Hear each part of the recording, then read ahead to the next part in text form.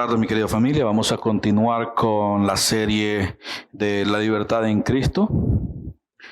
Y es interesante de que este capítulo que estamos comenzando, que es el capítulo 8, está conectado con el capítulo 9 y 10. O sea que vamos a estar tocando este tema una y otra vez.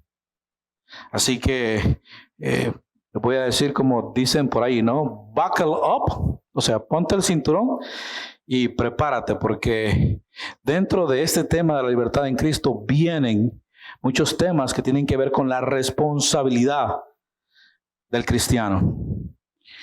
Estos son textos directamente para el cristiano, para la iglesia de nuestro Dios a través de todas las eras.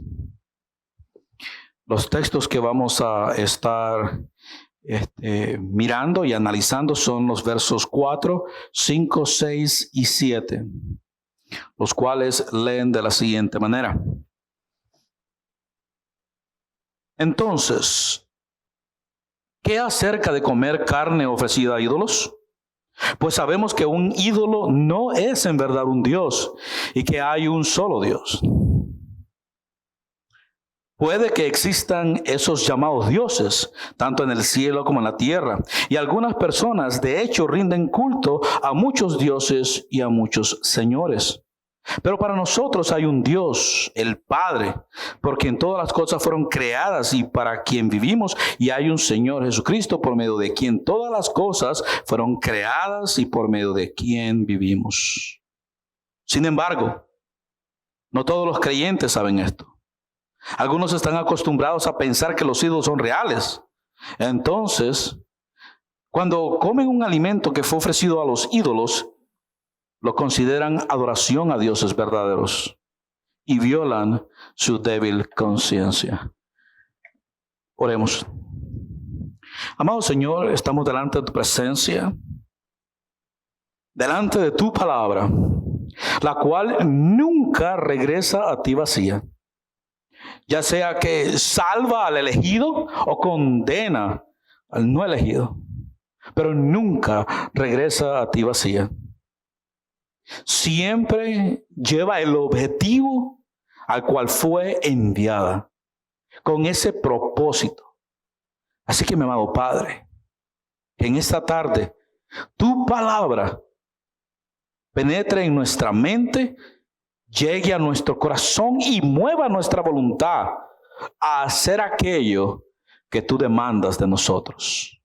No porque tengamos que hacerlo, sino que en el amor que te tenemos, querramos hacerlo. Para tu gloria, para nuestro beneficio. Por los méritos de Cristo decimos amén. La tesis que ha de gobernar nuestros pensamientos en esta tarde: la libertad cristiana y los problemas de conciencia. La libertad cristiana y los problemas de conciencia. El pasaje que estamos considerando tiene que ver con la libertad que tiene el cristiano de hacer las cosas. Hemos analizado la definición de libertad desde la perspectiva cristiana. Ahora bien, la realidad es que no vivimos solos como cristianos en este mundo. Estamos inmersos en una sociedad a la cual Jesucristo en el capítulo 17 del Evangelio según San Juan le llama el mundo. Cuando nuestro Jesucristo en el Evangelio según San Juan capítulo 17 se refiere al mundo, no se refiere al planeta, sino a aquella sociedad anticristo y anticristiana. Es una sociedad ante Dios, no quiere saber nada de Dios.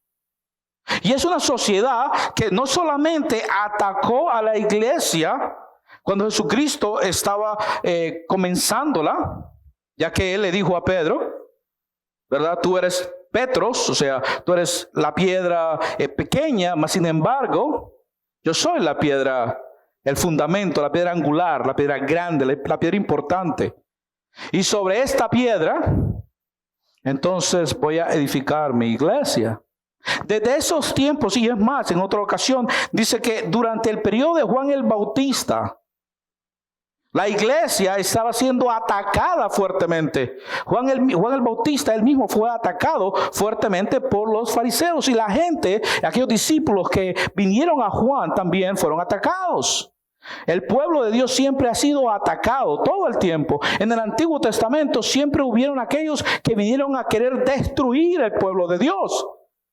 Desde la creación misma en el huerto del Edén, Satanás no quiso que ese pueblo que Dios había creado, esa pareja que Dios había creado a su imagen y semejanza, tuvieran una relación con el Creador,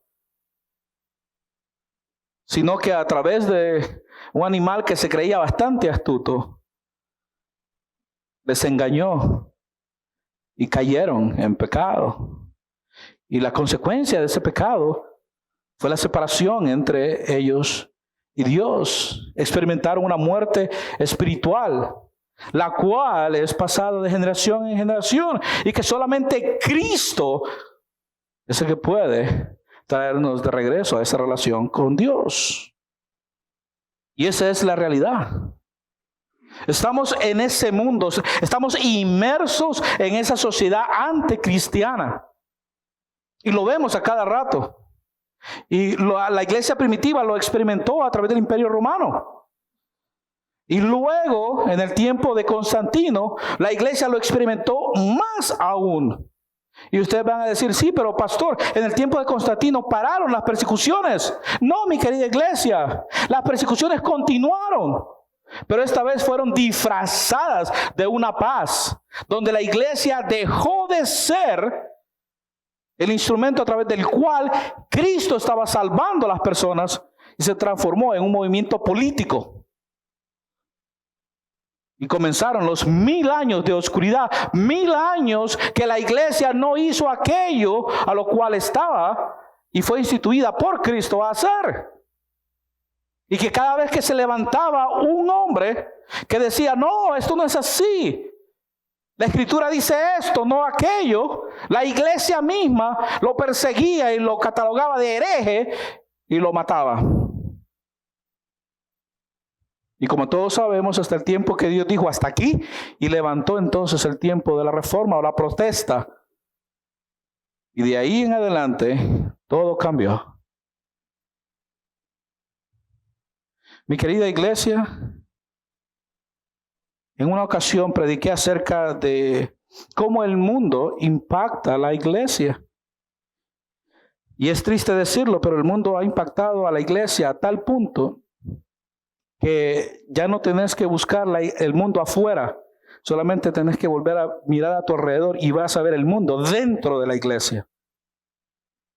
Iglesias donde todavía practican cosas paganas. Oh, no, es que es asunto de niños. Hay iglesias que todavía celebran y les enseñan a los niños acerca de Santa Claus. También les enseñan acerca de que no hay nada malo en el Halloween. Y que tampoco hay nada malo con el conejo de Pascuas. Que todo eso está bien. Y dicen, no, cuando ellos crezcan entenderán. Y se les olvida que Dios manda a que eduquemos al niño en su temprana edad para que cuando crezca no se aparte del camino. ¿De qué camino? Del camino que Dios ha trazado para cada uno de nosotros. Mas sin embargo, ¿qué hacemos? Oh, no. Si todo el mundo lo hace, hagámoslo nosotros también. Es la cultura, es la moda, usted no entiende. El mismo Dios del Antiguo Testamento es el mismo Dios de ahora, familia. Y es el mismo Dios que de la misma manera que le reclamó al pueblo antiguo testamentario de que sean santos porque Él es santo, es el mismo Dios que hoy en día nos reclama sean santos porque yo soy santo. Y más aún, porque ellos no tenían el Espíritu, nosotros sí. Ellos no tenían la palabra. A través de la vida de ellos la Biblia se estaba escribiendo. Ya nosotros podemos tenerla enfrente de nosotros. Y aquel que la inspiró nos da a nosotros la sabiduría para entenderla.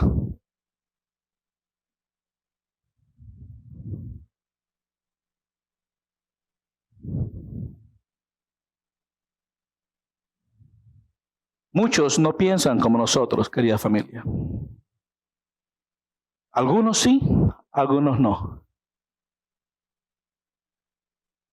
Además de esto, muchas veces como cristianos creemos que por saber las cosas es más que suficiente. Yo ya soy cristiano. Yo creo que es más que suficiente. Yo entiendo que Cristo me salvó, es más que suficiente. Cristo pagó la deuda por mi pecado, es más que suficiente. Y a veces nos sentimos cómodos en las butacas de la vida cristiana dentro de las iglesias y para nosotros es más que suficiente. Familia, este tema que comienza en este capítulo 8, Pablo, como dije anteriormente, lo va a continuar hasta el capítulo 10. Y en su teología paulina, el apóstol va a tratar un tema en concreto, el cual es la comida sacrificada a los ídolos. ¿Por qué este tema? Porque era un tema que para unos dentro de la iglesia no tenía mucha importancia, mas sin embargo para otros sí.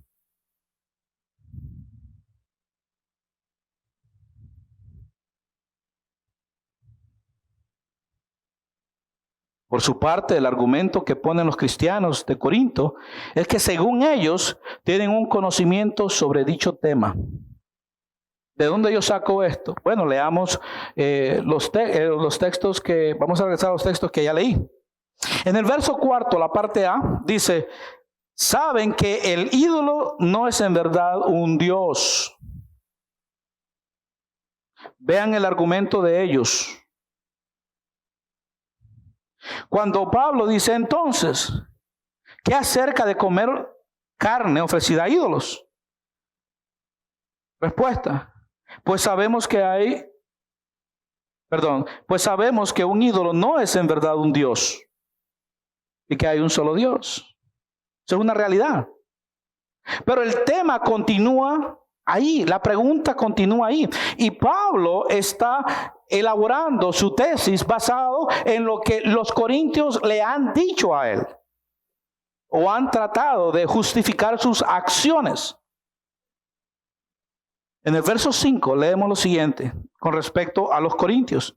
Ellos saben que hay los llamados dioses tanto en el cielo como en la tierra y algunas personas de hecho rinden culto a muchos dioses y hay muchos señores. Ellos están conscientes de esa información. ¿Se acuerdan que el domingo pasado estuvimos hablando acerca de la libertad cristiana y el conocimiento, pero también estábamos hablando acerca de la fe y el amor?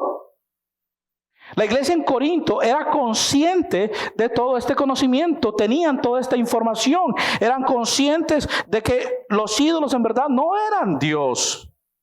Y también eran conscientes que mucha gente le rendían culto a esos dioses y a esos señores.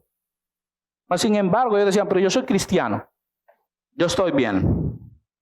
Y eso es el tercer punto en el verso 6. Los corintios sabían que hay un Dios, el Padre, por quien todas las cosas fueron creadas y para quien vivimos. Eran conscientes de esa información. En el verso 6b nosotros también vemos que ellos sabían que hay un Señor, Jesucristo, por medio de quien todas las cosas fueron creadas y por medio de quien vivimos. Ellos eran conscientes también de esa información. Y por último, en el verso 7a, ellos eran conscientes, ellos sabían que sin embargo, no todos sabían esto. Aquí hay un problema. Noten lo que dice Pablo. Ustedes son conscientes de toda esta información. Sin embargo, no todos los creyentes saben esto. ¿A qué está haciendo referencia Pablo? A lo que él acaba de decir. Todo lo que ustedes lo saben, no todos lo saben.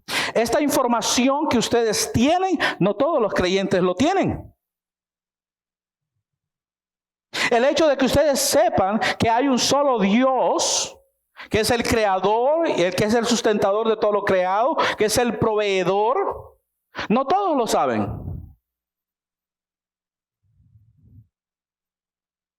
Y entonces agrega, Algunos están acostumbrados a pensar que los ídolos son reales. Entonces, cuando comen un alimento que fue ofrecido a ídolos, lo consideran adoración a dioses verdaderos y violan su débil conciencia. Vamos a desmenuzar la parte B del capítulo 7, de este verso 7, especialmente en el próximo domingo, cuando entendamos la libertad y el compromiso de un cristiano maduro para con su hermano, el cual es un cristiano recién nacido o un cristiano bebé. Pero regresemos al tema de la libertad y el problema de la conciencia. Familia, el conocimiento que la iglesia en Corintio tenía es verdadero. Mas sin embargo, Pablo dice, no todos tienen este conocimiento. Y este es un punto que el apóstol va a continuar tratando sobre el tema al cual ya lo mencioné. Él trae esto porque hay algo que tiene que ver con la autoridad apostólica de Pablo, la cual ahora los corintios no la están respetando. Y es algo que nosotros tenemos que tomar en consideración cuando analizamos la palabra del Señor. Cuando Pablo se refiere a su ministerio apostólico, él nunca reclamó que su apostolado fuera para los judíos. Mas sin embargo, él dice que él fue llamado apóstol a los gentiles, a aquellos que por línea sanguínea no venían de Abraham.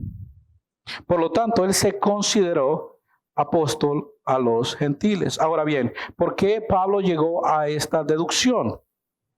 Porque él lo entendió. Nosotros lo comprendemos por la declaración por parte de Dios a Ananías, por parte de Jesucristo, cuando él le dice, instrumento necesario me es este. ¿A quién se refería a este? A Pablo, al cual cuando iba de camino a Damasco le había dejado ciego, el cual estaba en ayunas y orando. Y cuando Cristo le da la orden a este anciano, él dice, no, tú no sabes que él persigue tu iglesia. Él mata a tu pueblo y tiene orden por el concilio superior de los judíos, por el Sanedrín, de venir hasta aquí y capturarlos y llevarlos presos, encadenados de regreso a Jerusalén. Mas sin embargo, Dios le dice a él, no, tú no entiendes. Yo te estoy diciendo que vayas y pongas las manos sobre él y ores por él, porque instrumento necesario me es este. ¿Para qué? Para llevar las buenas nuevas a quienes, a los gentiles, para presentar el evangelio delante de reyes. Lo cual Pablo comprendió en su ministerio. Ese apostolado estaba siendo retado. Ese apostolado estaba siendo puesto entre comillas, por parte de la iglesia en Corinto. Porque la iglesia en Corinto quería seguir viviendo a la corintiana. Quería seguir viviendo un cristianismo moderno. Yo soy cristiano y puedo vivir como yo quiera porque yo entiendo la cristiandad y entonces puedo seguir haciendo las cosas como hasta ahora las he hecho. Es como si ellos le hubieran dicho lo siguiente, y estas son mis palabras de acuerdo a lo que entiendo de lo que la iglesia en Corinto estaba proponiéndole a Pablo. Puesto que los ídolos no existen y puesto que para Dios los alimentos son indiferentes, entonces no solo es importante lo que comemos ni dónde lo comemos y mucho menos en presencia de quien lo comemos. Esa es la postura de la iglesia en Corinto. Como yo sé que los ídolos no existen y para Dios los alimentos son indiferentes, probablemente habrían escuchado acerca de Pedro y su tiempo con el Señor, cuando el Señor baja ese lienzo y le dice a Pedro, mata y come. Y entonces Pedro le dice, bueno, mis labios nunca han comido nada que sea inmundo. Y Dios le dice, bueno, no llames inmundo a lo que yo ya he santificado. Probablemente ellos habían escuchado eso. Ahora, ¿por qué yo digo probablemente? Porque la iglesia estaba dividida. La iglesia estaba dividida en 4 grupos. ¿Se acuerdan? Primer capítulo. Unos decían que eran de Pablo, otros decían que eran de Apolos, otros decían que eran de Pedro y otros decían que eran de Cristo. Ese grupito que decían que era de Pedro probablemente habían escuchado enseñanzas de Pedro.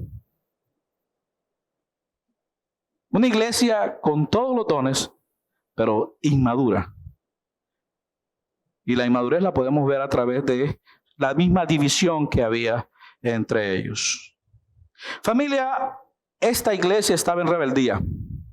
Esta iglesia necesitaba urgentemente que Dios actuara para reprender la rebeldía de ellos, para empezar, arreglar lo que tenía que arreglar y ponerla a hacer aquellas cosas que Él la había mandado a hacer.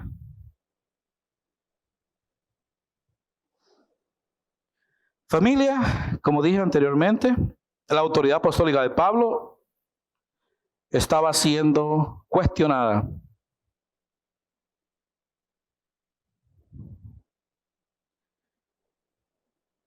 Cuando regresamos al tema de lo sacrificado, la comida sacrificada a los ídolos, con respecto a esto era un elemento bastante cultural en el periodo de la iglesia primitiva, especialmente en los primeros años dentro de lo que era el grupo gentil. Ya que los judíos, para ellos era más, era una costumbre, una cultura, era más notable ver en ellos que no comieran nada sacrificado a ídolos, ¿verdad? Aunque ellos se abstenían de comer otras cosas que Dios ha dicho que no hay ninguna prohibición de no comer eso. Pero para ellos, para esa cultura griega de aquel tiempo, el participar de estas comidas incluía varias cosas y es lo que voy a hablar ahora a continuación.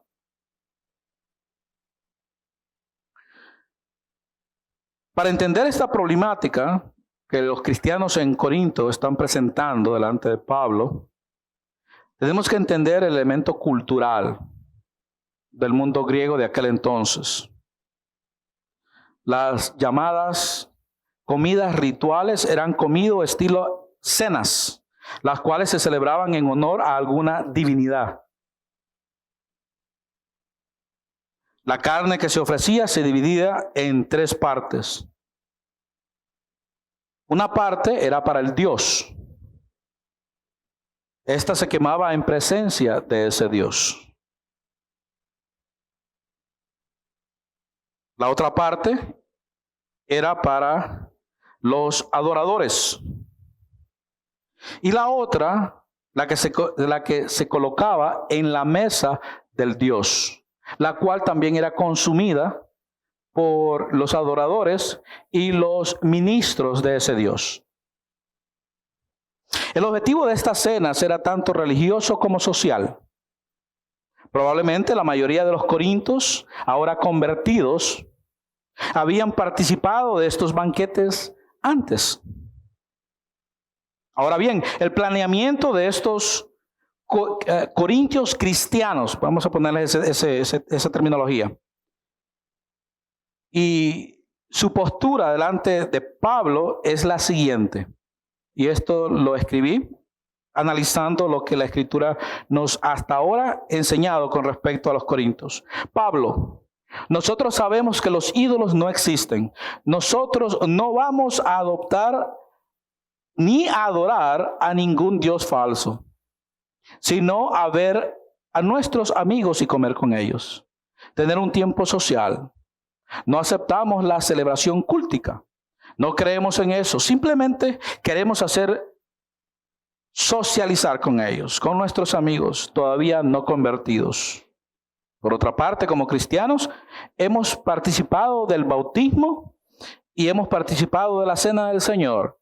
De modo que Desde nuestra perspectiva, esta celebración no nos puede afectar espiritualmente. Esa es la postura que la iglesia de Corinto tiene delante de Pablo. Yo sé lo que sé, por lo tanto, el participar de estas cenas a mí espiritualmente no me afecta.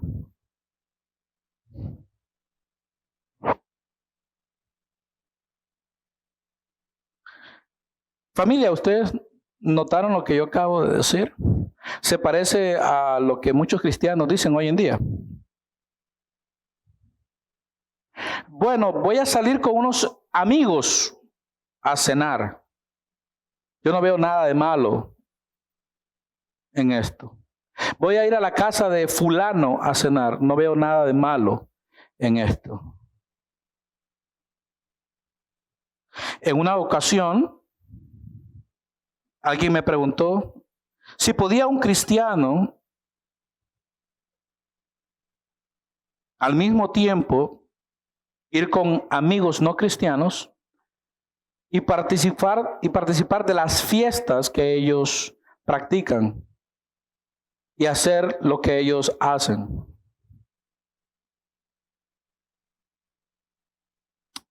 Familia, esta forma de pensar es peligrosa,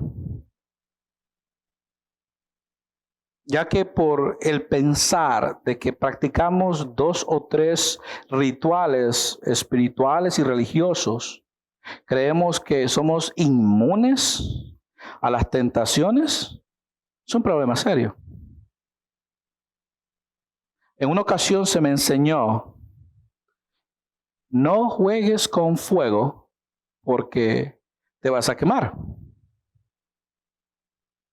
Teniendo esto en mente, en una ocasión alguien me dijo, sí, pero tú, ¿cómo vas a saber si el fuego quema si no lo tocas? Yo le dije, yo no tengo que tocarlo para saber que quema. Solamente tengo que ver a uno que lo quemó y entender que yo como él no quiero quedar. Estoy haciendo este juego de palabras porque es exactamente lo que está sucediendo en esta iglesia.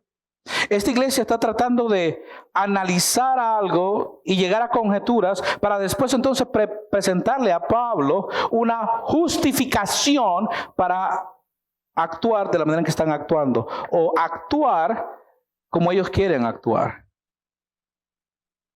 Quieren continuar llevando una vida a la corintiana. Y si recordamos un poquito qué era vivir a la corintiana, solamente tenemos que regresar a los capítulos 5, 6 y 7 de esta misma carta a los Corintios. Y vamos a llegar a una conclusión. Vivir a la corintiana era vivir como un inconverso, como una persona que todavía no ha tenido un encuentro con Cristo. Aquella persona que me preguntó que si un cristiano podía ir y participar de las fiestas de sus amigos no cristianos, mi respuesta fue la siguiente. Le pregunté, ¿cuál es tu concepto del cristianismo?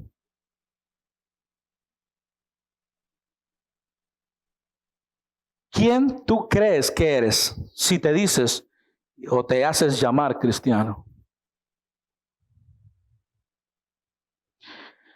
La persona no me pudo dar una respuesta contundente, lo que hizo fue tratar de justificarse. Yo le dije lo siguiente. El cristianismo es una cuestión de definición. Es de saber qué es ser un cristiano. Y le di 2 definiciones. En la primera le dije, el cristianismo es actuar de tal manera en que tú puedas llegar a pensar, ¿qué tan lejos puedo estar sin Cristo sin pecar? Esa es la primera definición de muchos. ¿Qué tan lejos puedo estar de Cristo sin pecar? La segunda definición, le dije, es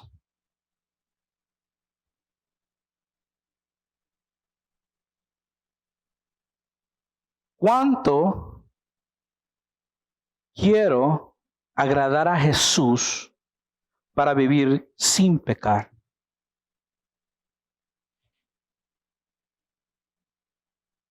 Le dije, ¿cuál es tu definición del cristianismo? Después que estuvo analizándolo por un par de minutos, me volteó a ver y me dijo, entendí.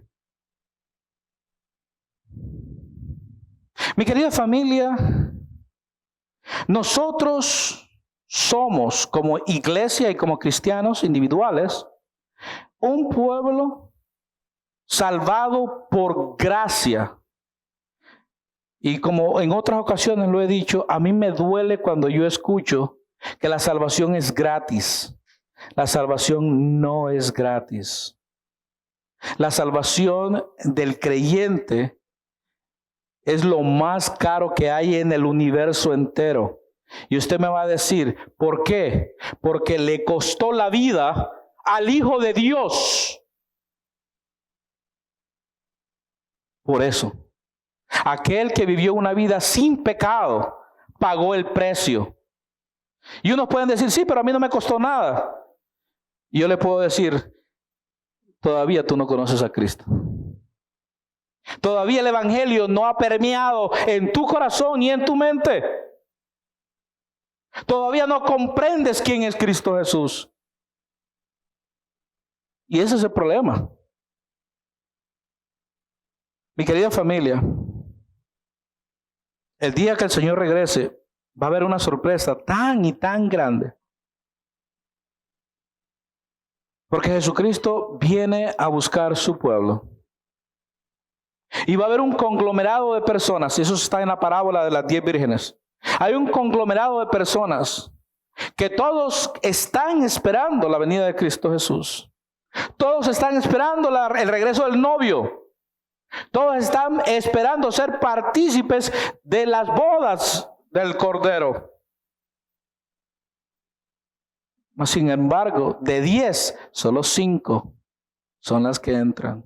Mi querida familia, ese porcentaje es alarmante, da miedo.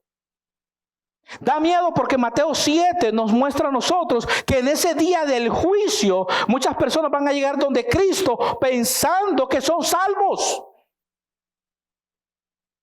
Y la realidad es que nunca lo fueron. Jesucristo en su expresión, su declaración de rechazo le dice, apartaos de mí, nunca los conocí. Pues en la traducción de la Biblia que nosotros utilizamos es, apartaos de mí ustedes que nunca obedecieron las leyes de Dios. Duele y es alarmante. Es escalofriante, da miedo. Da miedo que mucha gente se sienta que son cristianos y no lo son. ¿Por qué? Porque para ellos la definición del cristianismo es ¿qué tan lejos puedo estar de Cristo sin pecar? Jesucristo estipuló, separados de mí, nada podéis hacer. Mi querida familia, la libertad en Cristo incluye responsabilidad, demanda santidad. Y la santidad no es aquello que nosotros andamos buscando alcanzar. No, Dios a través de los méritos de Cristo Jesús nos hizo santos. Somos un pueblo santo. Somos real sacerdocio. Lo que estamos llamados a hacer es a practicar aquello que ya se nos dio. Por eso es que nos dice ser santos, porque yo soy santo. Debemos de vivir una vida. Debemos de vivir una vida buscando agradar a Dios, buscando agradar a Jesús, porque entre más cerca de Jesús estamos, menos pecamos, menos le fallamos. ¿Por qué? Porque estamos agarrados de aquel que nos protege y nos cuida. Y nos advierte, hey, cuidado. Dale suave.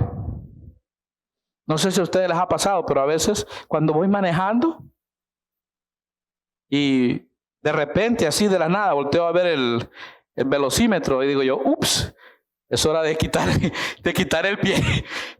Me pasé. Así, en cuestión de segundos digo yo, Señor, gracias. ¿Por qué? Porque si seguía distraído, lo que iba a suceder es que se me iba a pegar alguien atrás con esas lucecitas. Y entonces mi corazón iba a empezar a palpitar.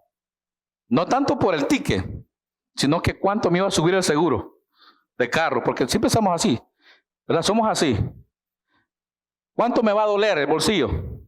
¿Cuánto me va a tocar pagar? No solamente la multa, sino que el seguro al subirme se va a tardar 3 años de 3 a 5 años en que se arregle eso. ¿Todo por qué? Por no estar poniendo atención.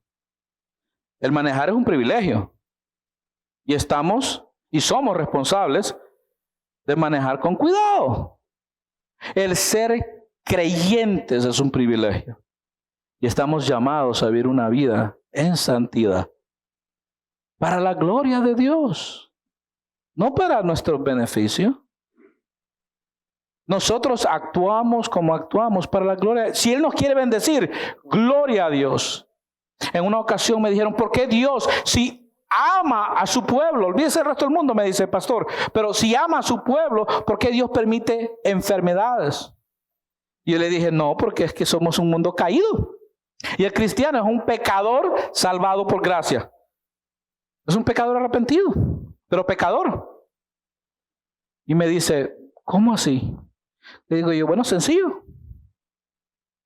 Las enfermedades que nosotros experimentamos hoy en día son a consecuencia del pecado original. Porque la paga del pecado es muerte. Las enfermedades nos llevan a la muerte.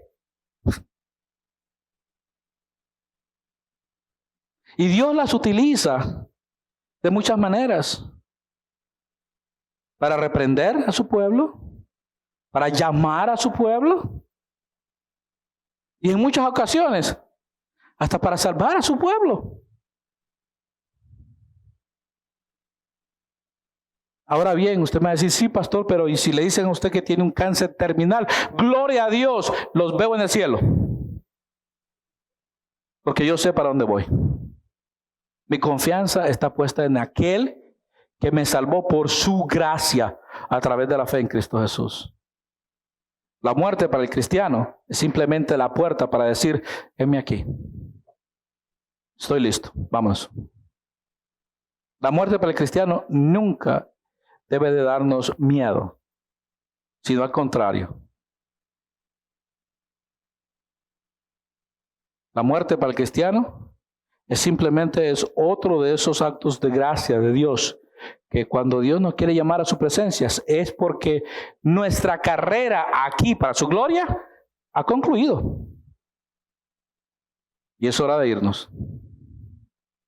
Por eso que cuando un cristiano muere, nosotros no decimos que en paz descanse, sino celebremos su vida. Regocijémonos de la manera en que le sirvió a Dios y de la manera en que Dios le bendijo en gran manera. Y aprendamos de su testimonio. Esa es la manera en que nosotros vemos la muerte de un creyente.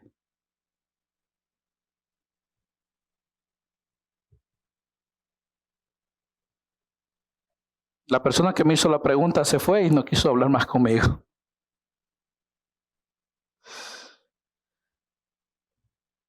Mi querida familia, Jesucristo lo expuso de esta manera en Mateo 10, versos del 32 al 39. Todo aquel que me reconozca en público aquí en la tierra, también lo reconoceré delante de mi Padre en el cielo. Pero al que me niegue aquí en la tierra, también yo lo negaré delante de mi Padre en el cielo. Creo que esa declaración de Jesús está bien clarita.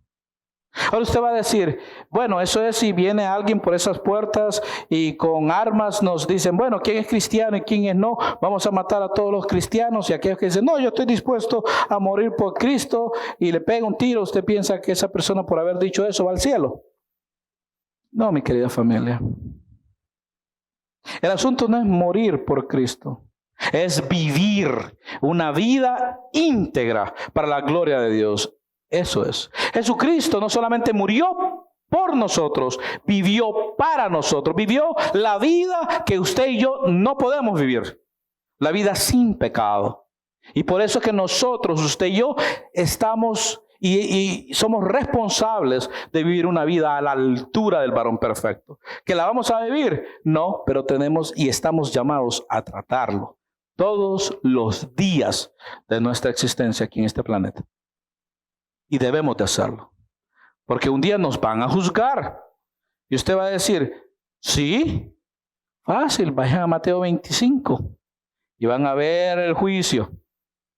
Y es una parte del juicio, porque dentro de lo que es el contexto, Jesucristo está hablando acerca del capítulo 24, lo que él profetizó con respecto a Jerusalén, las 3 preguntas que le hacen los discípulos, y luego entonces agrega esta información para que ellos entiendan, ¿verdad?, con respecto a aquel tiempo, aquel día, cuando ellos van a ser juzgados de acuerdo a las preguntas que le hicieron a nuestro Señor Jesucristo. Pero el capítulo 25 nos da básicamente una idea de sobre qué cosas vamos a ser juzgados.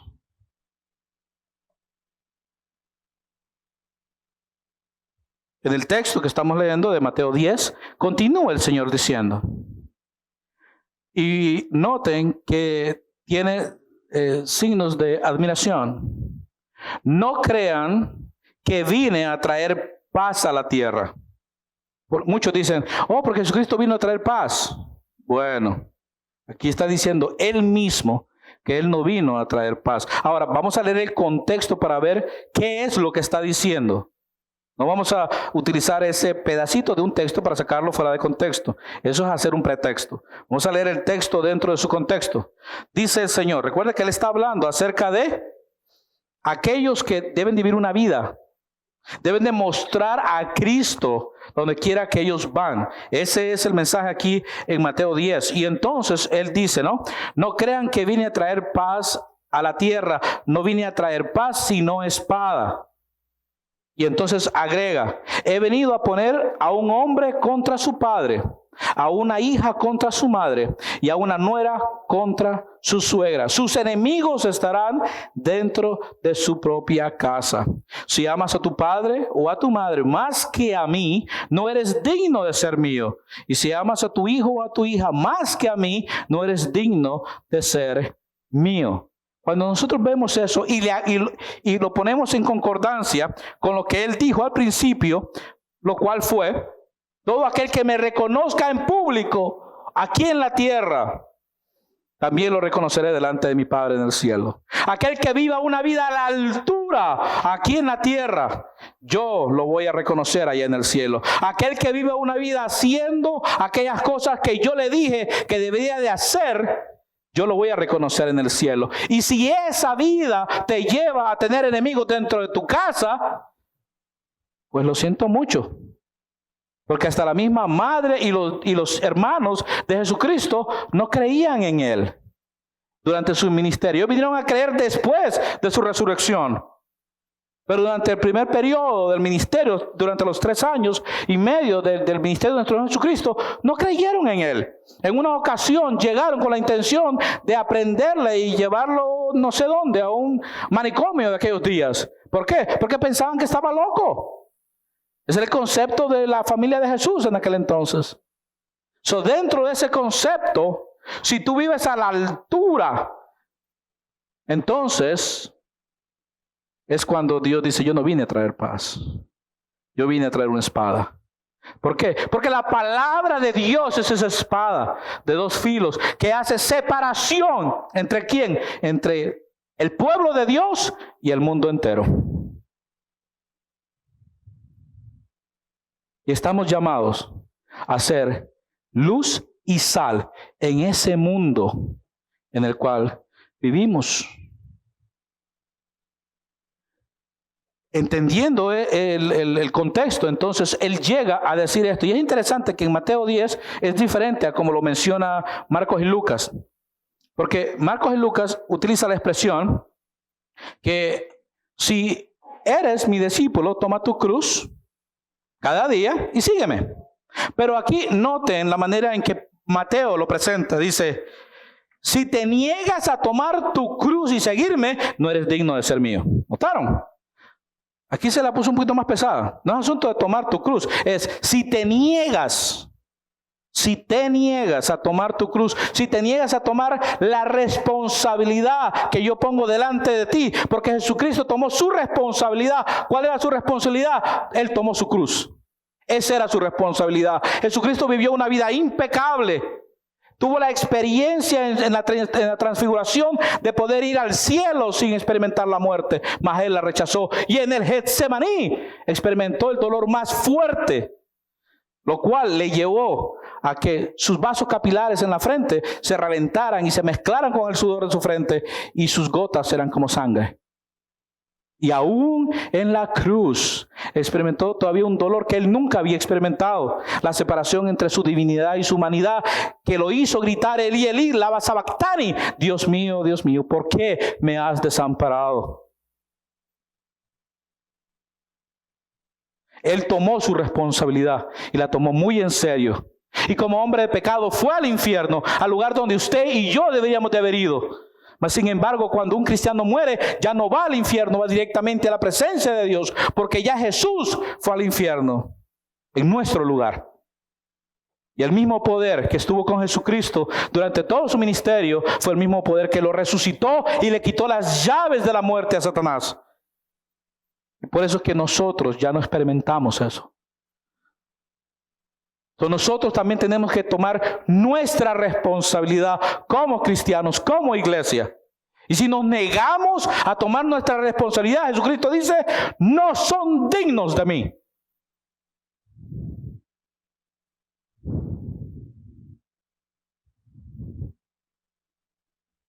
Y entonces termina con esta declaración: y si te aferras a tu vida, la perderás. Pero si entregas tu vida por mí, la salvarás. En otras palabras, si la relación en que te encuentras, cualquiera que ésta sea, ya sea matrimonial, de novios, con familiares, amigos, compañeros de trabajo, cualquiera que sea, te acerca más a Jesús, puedes continuar con esa relación.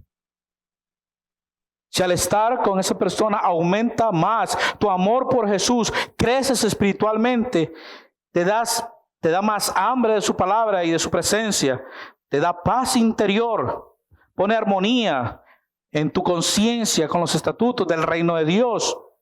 Continúa con esa relación, con esa amistad. No hay ningún problema.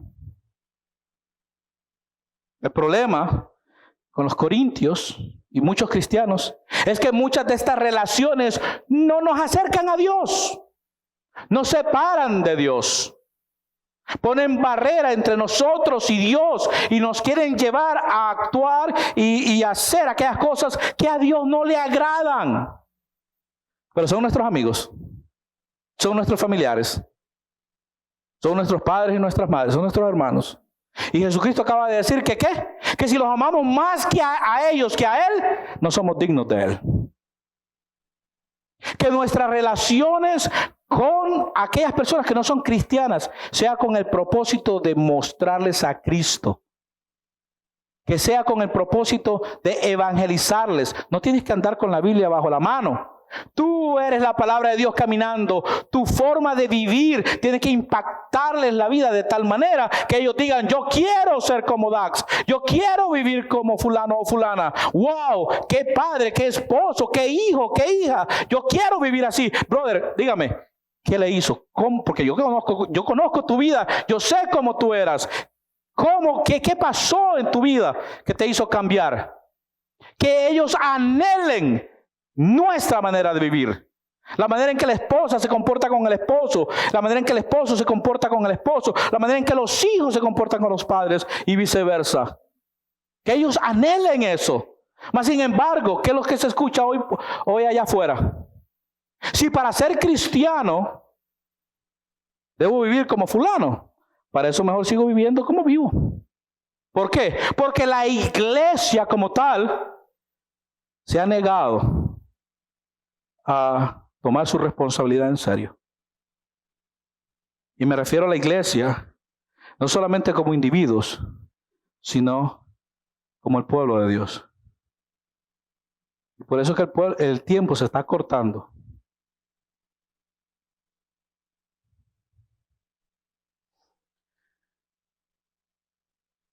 Cuando a Jesús le plantearon el problema del divorcio, él dice que Moisés permitió dar carta de divorcio por la dureza de sus corazones.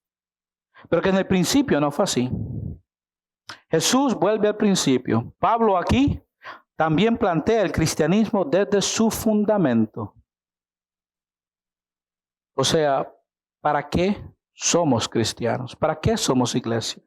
Familia, la base de la conducta cristiana debe de ser todo el tiempo el amor que le tenemos a Cristo Jesús.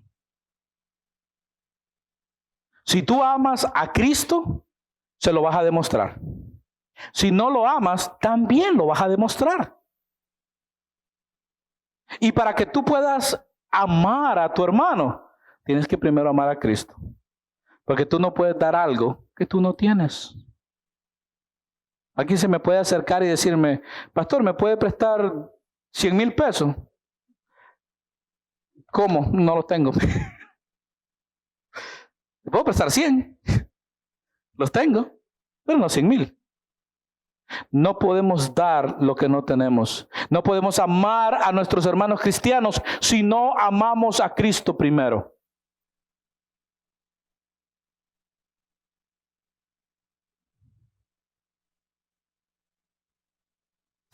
Familia, una actitud egoísta no es una actitud altruista. No es una actitud de amor verdadero, de amor sacrificial. Y los corintios le querían presentar a Pablo que su manera de vivir estaba bien, que estaba correcta, que no había nada de malo. Sin embargo, Pablo le dice, no, su manera de pensar está llevando a sus hermanos, a los cuales ustedes dicen que los aman, a pensar mal. Y de eso vamos a hablar la próxima semana. Con esto termino. En el principio de la historia de la humanidad, a causa de un culto de adoración, un hermano mató a otro. Caín mató a Abel. Y cuando Dios le preguntó a Caín, ¿dónde está tu hermano? Caín le dice, ¿acaso soy yo el guardián de mi hermano? ¿Acaso es mi hermano mi responsabilidad? ¿Soy yo responsable por mi hermano? La respuesta por parte de Dios es sí. Tú eres responsable. Él es tu cruz. Y como te niegas a cargar tu cruz, yo también te digo, no eres digno de mí. Y con respecto a Caín, Jesucristo dijo que Caín era hijo de Satanás. Y hay muchos hijos de Satanás, incluyendo en los lugares donde la iglesia se congrega. Siempre acuérdense, 10 vírgenes, 5 sensatas y 5 insensatas. Y Jesucristo dijo, no todo el que me dice Señor, Señor, entra en el reino de Dios. Es mi petición que Dios nos dé sabiduría de lo alto para ejercer la libertad cristiana, para hacer su voluntad, ya que es nuestra responsabilidad el cumplirla. Oremos. Mi amado Señor, en esta tarde estamos delante de tu presencia, siendo conscientes que tu palabra ha sido expuesta. Ahora nosotros somos responsables de actuar, ya sea en obediencia a tu palabra o en desobediencia a la misma. Y tú, Señor, como el soberano, como el Dios que tú eres, nos tratarás de acuerdo a tu justicia y tu amor. Te pido, mi amado Señor, que en esta tarde cada uno de nosotros regrese a sus respectivos hogares, consciente de que si somos cristianos, tenemos que tener la definición correcta de quiénes somos. Padre, ilumina nuestra mente, ilumina nuestro corazón, guía nuestros sentimientos de una manera tal en que nosotros podamos vivir una vida a la altura, para que todo lo que hagamos, absolutamente todo lo que hagamos, sea para tu gloria, Señor. Y el beneficio de esa gloria será derramada sobre tu pueblo. No es que nosotros esperemos un pago, sino que nosotros, como tu pueblo, viviremos una vida así, tanto en este tiempo, en este siglo, como en el venidero. Señor, gracias. Y es por los méritos de Cristo que estamos más que agradecidos. Y te decimos, amén.